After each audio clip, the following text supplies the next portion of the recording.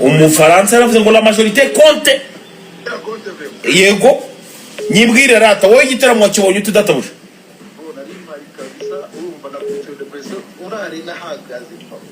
Yego.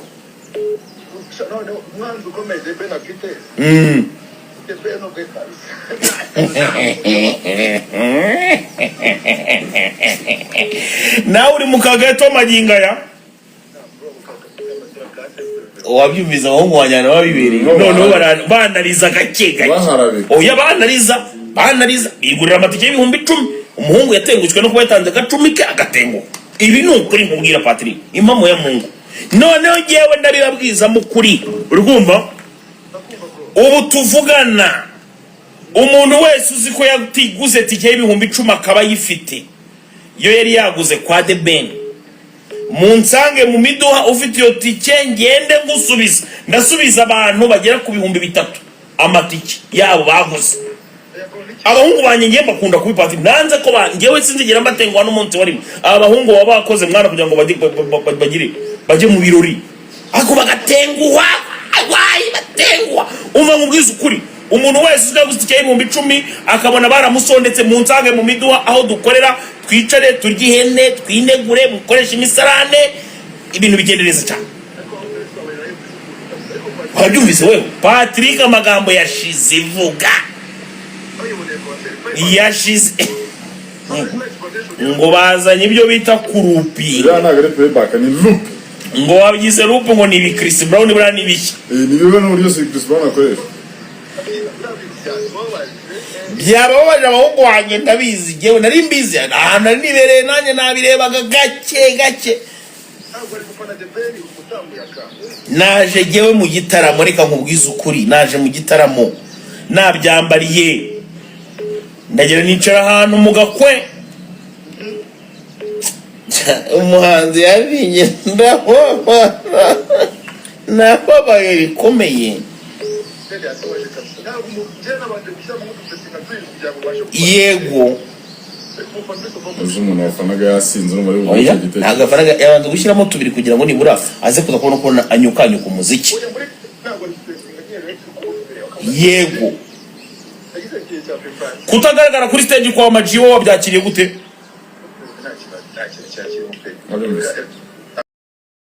icyo gitaramo rwose cyabaye igitaramo cy'amateka ngewe ku giti cyanjye nka Jesco zo mipango nirinze kugira ikintu mbivugaho ariko mwabantu umwe abantu bafite icyo bashaka kuvuga kuri iki gitaramo cya Bruce Melody ndetse na The Ben namwe muragenda muhamagara ku murongo wa telefone nagiye nshyiraho ngaho ni 0788522332 hari abantu bambere batangiye guhamagara ndagira ngo nkomeze kugenda numva abantu Patrick ngira ngo nawe babwire ko hari ngo bimezete ndagira ngo ugende ubwira abantu ko nawe hari ndetse gato twifuza umwaka mushya muhire yego allo iwi komera cyane urakomera JJ ni kuri Kasuku Media TV muradukurikira 5 kwa 5 turi live on air ndagira ngo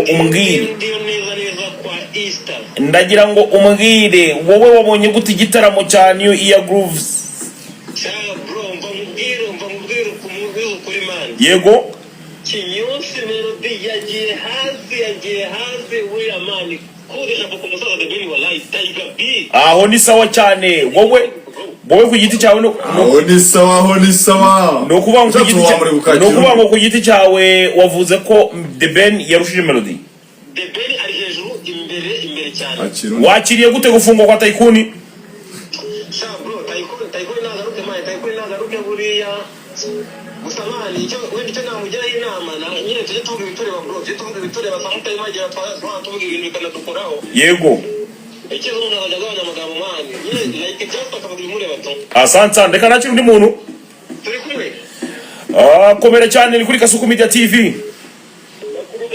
amakuru ni meza cyane igitaramo wakibonye gute igitaramo nakibonye neza yego wowe wafanaga nde wafanaga The Ben ku giti cyawe igitaramo nyirizina wabonye kimeze gite yego ariko nako byakubuza no muri gukomeza gushikama kuwukunda yego Tycoon gufungwa kwe wabyakiriye ute Tycoon yakoze n'ubundi amakosa Yego. Asante sana, reka nitabe nundi. Yego ofisi Nyamunini turi live mu kiganiro. Hello. Yes, ofisi Nyamunini turi live mu kiganiro kuri Instagram, kuri YouTube ndetse no kuzindi mbuga nkoranyambaga zacu. Wowe gufungwa kwa Tycoon kwa kiri gute? Tycoon nyine n'umujyi wacu ariko nyine kubera yacyamutse nyine baramucyamura. Yego. Ariko nyine wenda hariye Nyagasani yaje kumufasha bakamukuramo bakamukasa amezi 6. Yego. Umeze nk'uw'inuma. Yego. Hanyuma ndashaka kuvuga ku bya Bruce Melody na Tete. Yego. Na Debeni Bruce Melody yakomye Debeni kabisa amwereka yuko amaze gutaza. Yego. Yego. Bruce Melody rwose yakweretse yuko ari 001 kabisa n'umusaza imbere cyane. Asante sana ofisi Nyamunini. Asante uri muravugira he? Ni kuvugira muri gato yanjye meze neza cyane. Yego. Melody nakomereza aho ngaho n'umuntu w'umugabo ubwira abanyarwanda bakora subscribe kuri ofisi Nyamunini TV. Yego. No kuri Ubuza TV Imana igiba umugisha mwinshi cyane. Asante sana ofisi Nyamunini. Yego wa mipango. Uwo ni ofisi Nyamunini, umwe mu basore bakunze kuba hafi iyi myidagaduro yacu cyangwa se ibyo bita showbiz nyarwanda. Nawe aravuze ati ariko Tycoon birasabwa ko nibura mara y'amezi 6 kugira ngo abanze yumve neza, ndetse yongera kuvuga yuko uwitwa Bruce Melody yerekanye isomo rya muzika muri New Year Groove, ikirori cyabaye ku munsi w'ejo. Yerekanye rwose ko ashoboye. Hello. Ni sawa hano ni kuri Kasuku Media TV turi live mu kiganiro. Asante sana ndugu. Wowe ikirori wakibonye gute? Yego. Umuntu witwa Debeni yatubeshye nta kintu kirimo ibintu nakwiyoreye. Bruce Melody byako yarabizo turi kumwe n'iko kudana apinga Bruce Melody kintu yakubya ko yakwiye dutandikira kingana kuri ya mikoro na cyuriyo naki.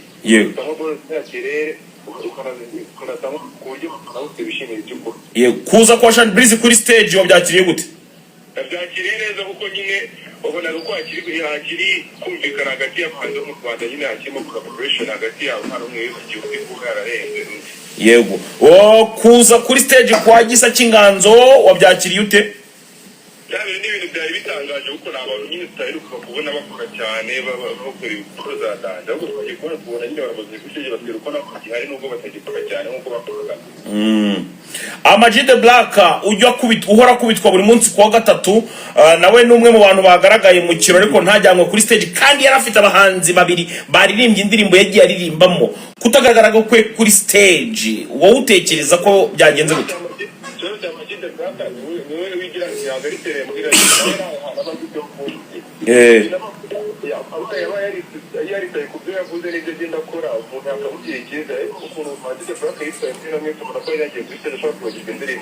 Wabyumvise wowe Patrick gusa nk'urubingo niye nama wamugira wakurikiranaga umuhanzi bya hafi wa flopinze? Patrick ama namugira wenyine n'icare yige ibindi byose ibiziko. Wabyumvise kuki imbere batangiye bavuga ko Debeni yabikoze neza no shyiraho comment. Kuki bavuze Melody? Aba ni abahungu kuki bavuze Melody kandi bongera comment. Umufana abareba byose uko bimeze, niyo mpamvu twigira hari inyuma. Narinde ababanje kuvuga ko Debeni yitwaye neza. Kuki na comment washyize? Abo abafana ba Debeni bisanzwe. Uyu ni umuvandimwe muzi bijyanye. Oya, uyu ni umuvandimwe muzi bijyanye na muzika. Ariko umvisha analiza akora. Kwero ko vuze Melody. Umvisha analiza akora. Oya ni umunaliste. Rata komeza unyibwirire brother.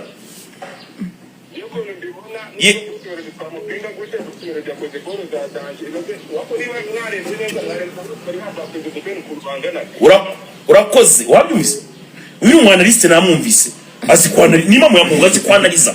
Nuvuga ngo arakubwira uti tugendeye guca na guca. Oya. Uyu ni umunaliste. Umusaba kwita nde? Bamwita Elvin Brinokari. Oya ndakwemeye ngenda kwemeye uzaze dusangire ihene. Wabyumvise? dukorera mu miduha urumva ukimara kugera mu gasantere ko mu miduha wowe hita umamagara kuri nimero ya telefone uze gake twisangirira ihene oya jewe nkunda abana baza ubwenge urumva n'umwana liste ntaga avuga nk'umufana aravuga nk'umwana liste asante sana musa asante yes hello komera cyane databusha nanjye nuko ano rwose ntanebereye aho byaberaga nimugoroba yego wowe wabibonye ute yewe nagezeyo ndi umufana wa Beni ariko Beni nta kintu kiri wabyumvise Patrick ni nk'iye nama wagira Patrick usa nk'urubingo umujyanama wa The Beni wa hafi Patrick usa nk'urubingo yigisha Beni kwambara yari yaje muri fashion si yari yaje mu gitaramo nyine yari yaje muri fashion uyu mwigisha kwambara Beni nta kintu kirimo nyine yari yaje muri fashion subiza yari yaje mu gitaramo yes hello kandi Beni yambaye neza ni sawa databusha rero igitaramo konge nakibonye yego ndakeka ko rwose ufije abafana ndi kumva abantu ba The Beni bari kwihagararaho ubundi rwiciye rwose nta kwivuga impaka yego usije kwihagararaho Patrick ndi kumva kwihagarara ariko yewe nawe niyemeye rwose wabyumvise byagaragaye yego umva nkubwiza ukuri uretse ko wenda hari amafaranga atarakira 8,000 ariko nyuma ya kamera yambwiye ati yeshwe izo mipango umva nkubwiza ukuri nemeye navuye kuyizima guhera none ndayobotse hariya ni ukuvuga impaka zacitse oya ariko ngo nibi Chris Brown niko The Beni nabonye yakoze ikiganiro avuga ngo biriya yakoze babyita kulupinga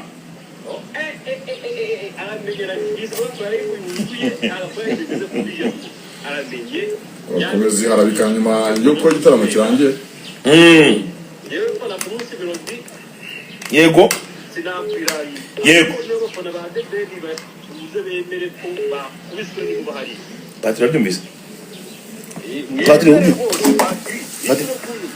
Patrick byumvise agaza ndombe kimwana oya abana abanaliste zine ndombe agaza abanaliste abana abanaliste abahungu biryamiye mu tubati tw'imigongo nagiye mbwira Patrick ejo ku mugoroba naramubwira ni ngewe sina ngombwa ko njya mu birori ndaba niyicariye ahantu ku gateleviziyo ka pusi 32 gake ku tubati tw'umugongo uri kumva nirebera uko umukino ugenda uri kumva ariko icyo nzi cyo jewe none ahangaha ntago nahita mbivugira kuri kamera ariko witwa mwarimu twamubonye twumwarimu twamubonye ndetse twanabonye icyitwa umuziki wa nyawo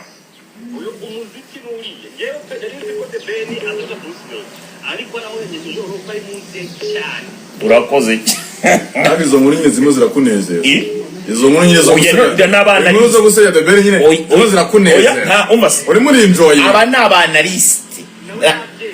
ni abanaliste ni abahungu bazi umuziki ndetse banasobanukiwe showbiz nyarwanda neza cyane barakubwira ati twebwe tuje gufana umuvandimwe aradutenguha turayoboka niko barimo barivugira none ninjye bivugiye Patrick ku mayinite yabo kandi bro umuntu akakubwira ati ngiye natengushwe ngo nguyu mwana arakubwira ati natengushwe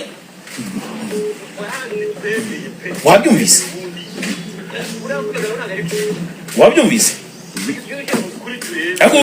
murabyumva we ni ukuvuga ngo ubu ni ukuvuga ngo tayari mwamaze kuvuga muti twebwe sisi tunakamata upande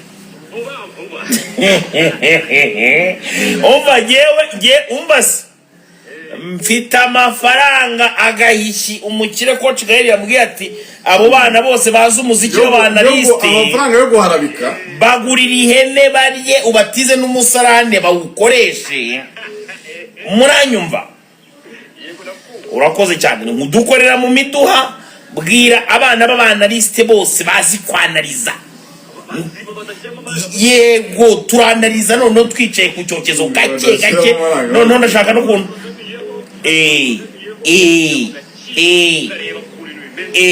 nukuvuga ngo mwebwe wetegura abanaliste bose asante sana ndugu yangu reka nakire n'abandi yes hello yes hello komere cyane databuja ni sawa turi live kuri Instagram tukaba live kuri YouTube asante sana so nagiraga ngo nkubaze wowe igitaramo ko wakibonye cyane mugoroba